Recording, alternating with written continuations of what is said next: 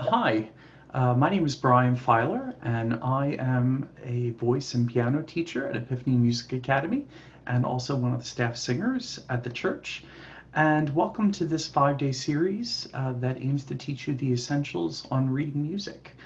Today I'm going to start with a very broad overview about reading music.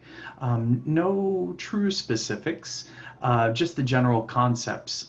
And then as the week goes on, we'll start to delve into specific topics, but it's never going to get too complicated. My target audience for this is someone who has never read music before. And so if that's you, this is the right video for you because we're going to start off simple and we're going to go slow. My goal is to have you and be able to answer by the end of the week 3 simple questions when looking at a piece of music.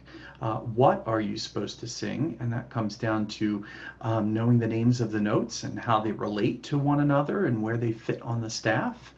When to sing, which is all about rhythm and meter, and then which part to sing. Sometimes we're going to come across music that has more than one thing going on at once, and to know what part you're responsible for and what parts you can pay perhaps a little less attention to is going to allow you to keep some of these simple concepts that I'll teach to keep you successful, to keep you focused on exactly what part you're supposed to sing.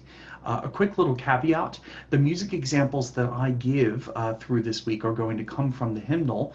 However, they apply to music across almost all genres and styles.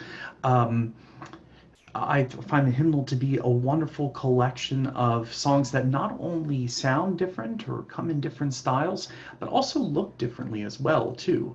For example, this first little musical excerpt that I'm going to show you right here, it looks very basic because it is.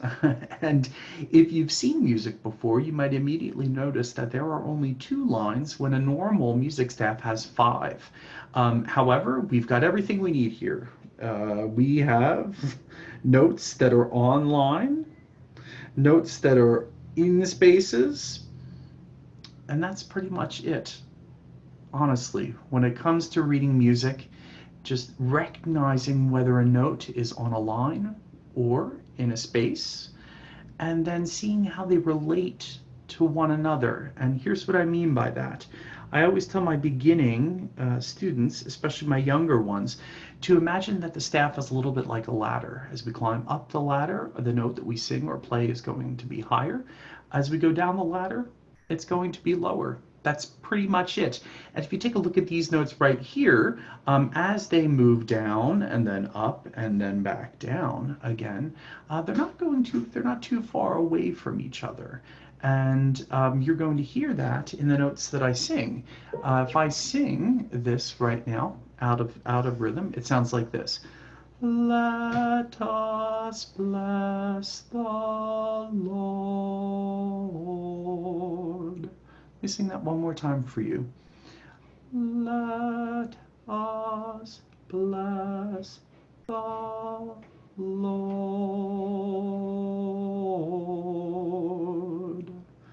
And notice how I hung on to those last 2 notes a little bit longer that time. And that's because they aren't filled in. And again, that's pretty much all there is to it. We've got notes that are filled in and notes that aren't. And the ones that are filled in, we're going to give 1 beat. The notes that aren't filled in, we're going to give 2. And that's pretty much all there is to it. So listen to these notes as they go down, up, and then back down again, and see if you can hear me waiting a little bit to sing those last 2 notes. Let us bless the Lord.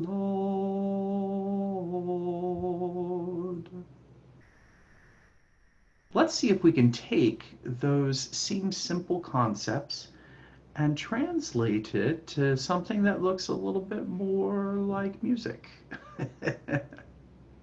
Now, immediately there's a lot of things going on the page. All of a sudden our notes have stems, and we've got some notes that are connected together, and we've got other random lines moving throughout our music. But let's take a deep breath. It follows the same exact concept of we've got notes that are in spaces and notes that are in line. On the line, the further apart the notes are from each other, the higher up we're going to have to sing. That's pretty much all there is to it. And so let's take a look at the very beginning of this piece. It's the reason that I chose it. So these two notes are a little further away on our imaginary ladder than the other ones were that were right next to each other. And so instead of singing away, which are two notes that would be right next to each other, instead we know that we need to skip up to a note that's higher up. And so we go away instead of away.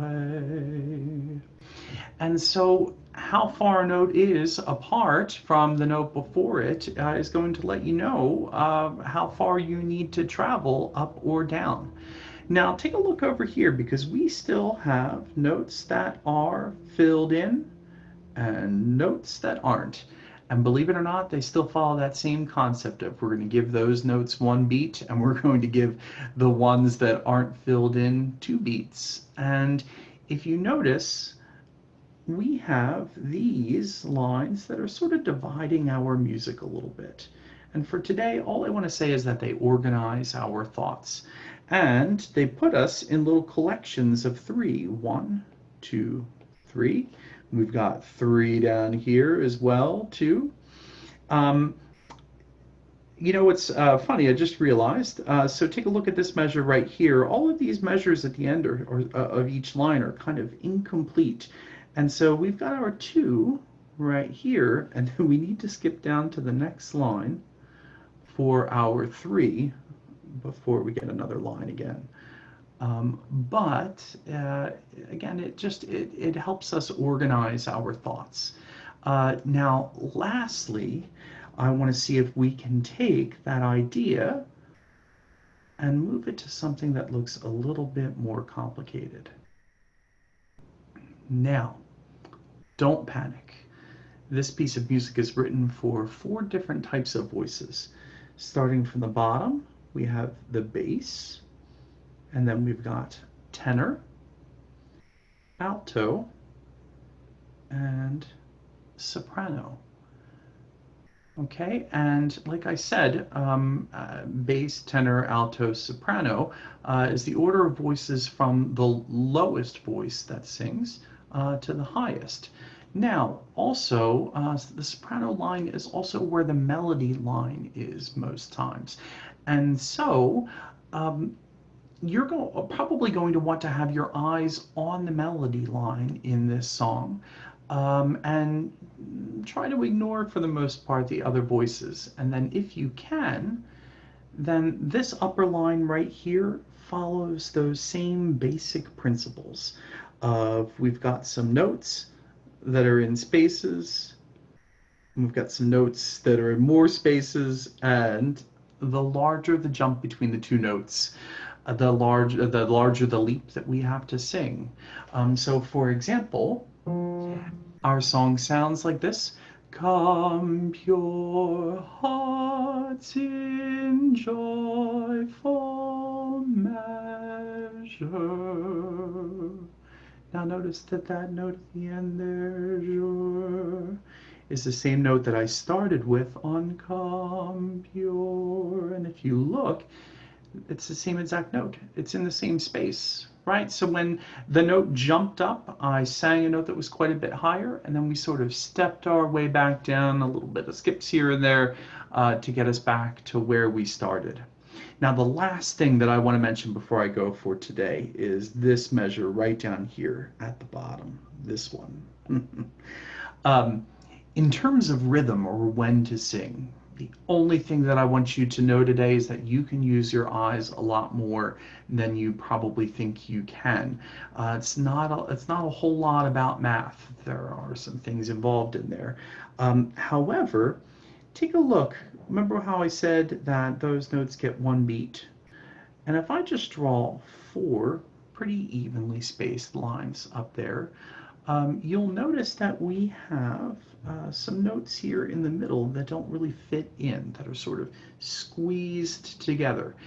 And as it turns out, that just simply means that we sing those notes a little bit quicker than we would the other ones. And so instead of going in the holy,